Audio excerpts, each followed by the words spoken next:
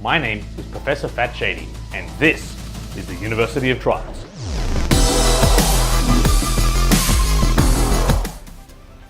In today's lesson entitled Back to School, we're going to go through some detail about the riding controls, talk a little bit about the objectives of the game, and then finally wrap up with a brief discussion on each of the bikes. Are you ready to go? Well, let's get straight into it. Trials Fusion can best be described as a game that's easy to learn, but hard to master. The game provides you with a number of tutorial levels to teach you the techniques you need to learn when you need to learn them. Welcome to the Samsara Industries training program, Level 1. There are 4 of these tutorial levels that are scattered throughout the game, starting with beginner and progressing all the way to the hard tracks. But for people that have never played Trials before, I thought I'd give you a quick rundown of how the controls work. The left analog stick allows you to manipulate the rider's body position. Leaning forwards or backwards throughout the game allows you to tackle any obstacle the game throws at you. Using the left trigger to either brake or reverse, and the right trigger for gas or accelerate allows you to progress your way through the game. Once you understand all of this, it's pretty amazing to see what you can do with the bike and what obstacles you can overcome. Using only these simple controls, you'll progress your way through the game, and while it may look simple to get from one end of the track to the other, the challenge and the beauty of this game is being able to get through increasingly difficult tracks the fastest way possible. Now that we've talked about the controls, it's important that you understand what to do with them. So, let's now talk about the objective of the game.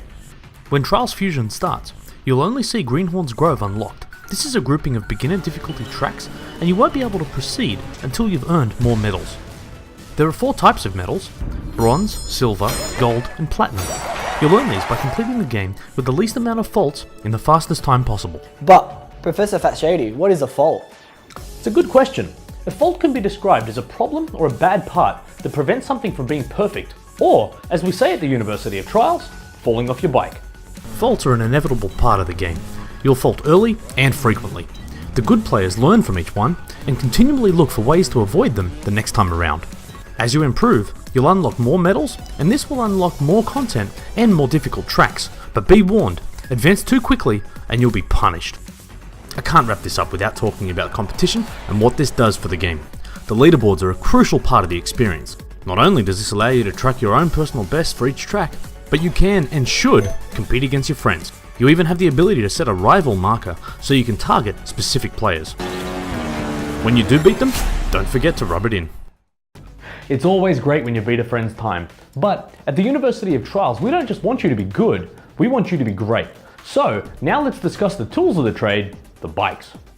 There are 6 bikes available to you within Trials Fusion. These are gradually unlocked as you progress through the game. The Baggy is your learner's ride. It's slow, but it lets you get a feel for the game. It's pretty forgiving, but don't expect to set any records with it. I'd suggest you use this bike as you're getting familiar with the different riding techniques, but once you've got a handle on it, progress to one of the faster bikes. The Foxbat is a dedicated freestyle motocross bike.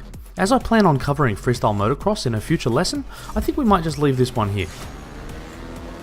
The Roach is not fantastically agile or quick to accelerate, but it makes up for this with a high top speed. Manage to keep a smooth driving line, and you'll see why this is the go-to bike for beginner through to medium tracks. It's fast and a lot of fun.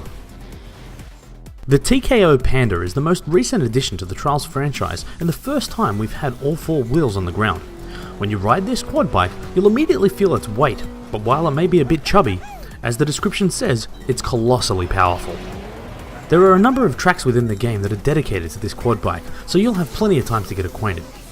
One thing to note is that this is a 4-wheel drive bike, and you will find yourself at times using the front wheels to pull yourself up and over an obstacle. The Pit Viper is the classic Trials bike and fan favourite. It's quick to accelerate, agile, and can pull off some technical manoeuvres. I'll warn you though, this is not for the new players. It's unforgiving, so make sure you have mastered the core concepts before you try to ride this one. The Rabbit's great. It's a BMX bike and tons of fun.